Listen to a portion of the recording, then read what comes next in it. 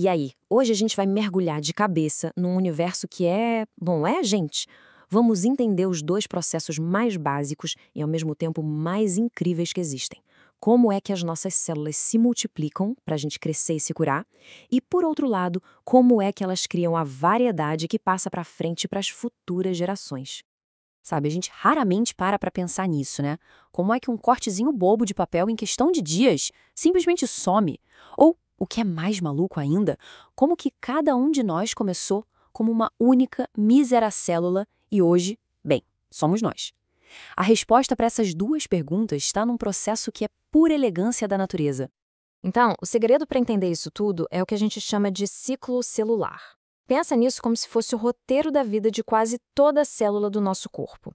É um ciclo que não para, de preparação e ação. Basicamente, esse ciclo se divide em duas partes bem claras.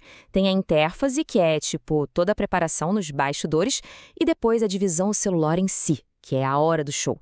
E o mais curioso é isso: a célula passa a maior parte da vida se preparando e não no palco, se dividindo de fato. Ok, então vamos focar nessa preparação. A interfase, olha, não tem nada de descanso, muito pelo contrário. É como se fosse aquele clipe de treinamento de um filme de luta, sabe? É ali que o trabalho pesado acontece de verdade.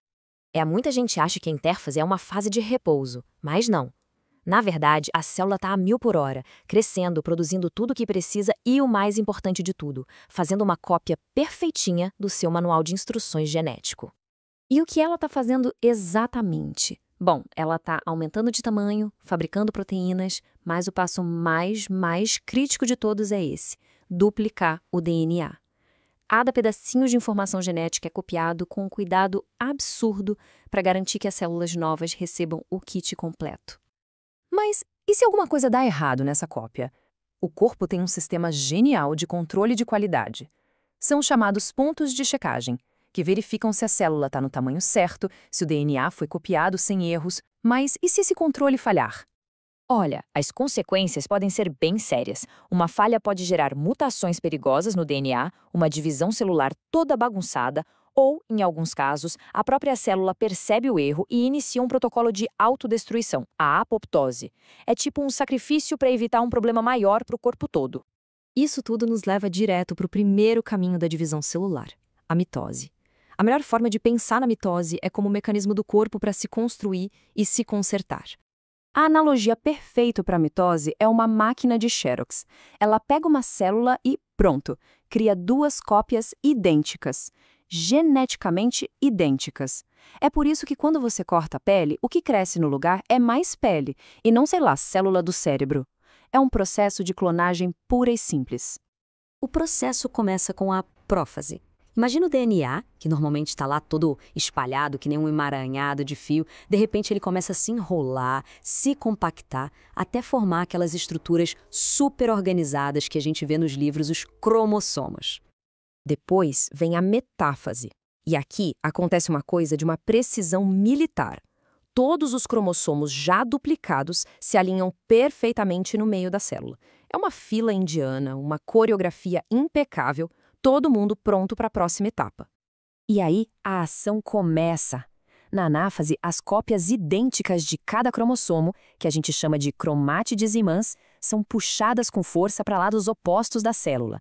É como um cabo de guerra, só que perfeitamente sincronizado para garantir que cada lado receba um kit genético completo. E para fechar, a telófase. O material genético chega em cada ponta, novos núcleos se formam em volta deles e, finalmente, a célula se parte no meio. E o resultado? Duas células novinhas em folha, clones perfeitos da original. Missão cumprida. Ok, mas e a reprodução? Se a gente só fizesse cópias, todo mundo seria igual. Para isso, a vida inventou um segundo caminho. Um caminho muito mais criativo. Vamos falar da meiose, que é o projeto para a próxima geração. Agora, aqui a coisa fica bem diferente. A meiose não é um processo, são duas divisões seguidas. E no final, em vez de duas células idênticas, ela gera 4 células e todas elas são únicas. E o mais importante, cada uma tem só metade do DNA original. Tá, mas como ela cria essa variedade toda? Através de um evento que é quase mágico, o crossing over ou permutação. Lá na primeira fase da meiose, os cromossomos que são pares, um do pai e um da mãe, literalmente trocam pedaços entre si. É um embaralhamento de cartas genético que garante que nenhum gameta seja igual ao outro.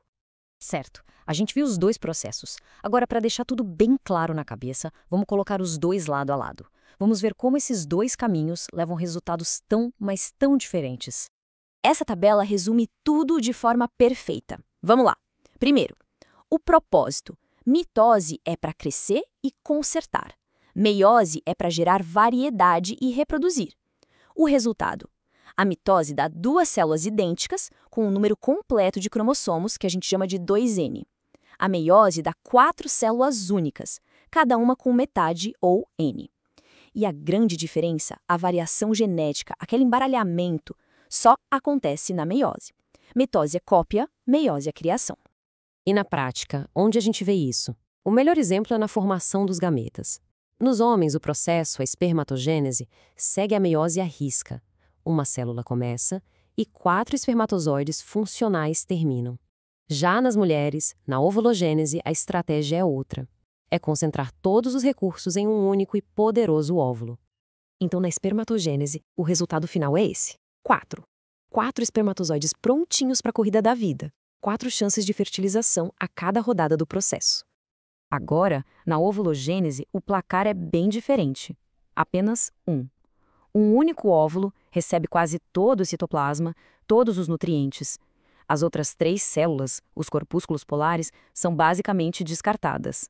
É uma estratégia clara de qualidade, não quantidade. E se for para guardar uma única coisa de tudo isso, que seja essa.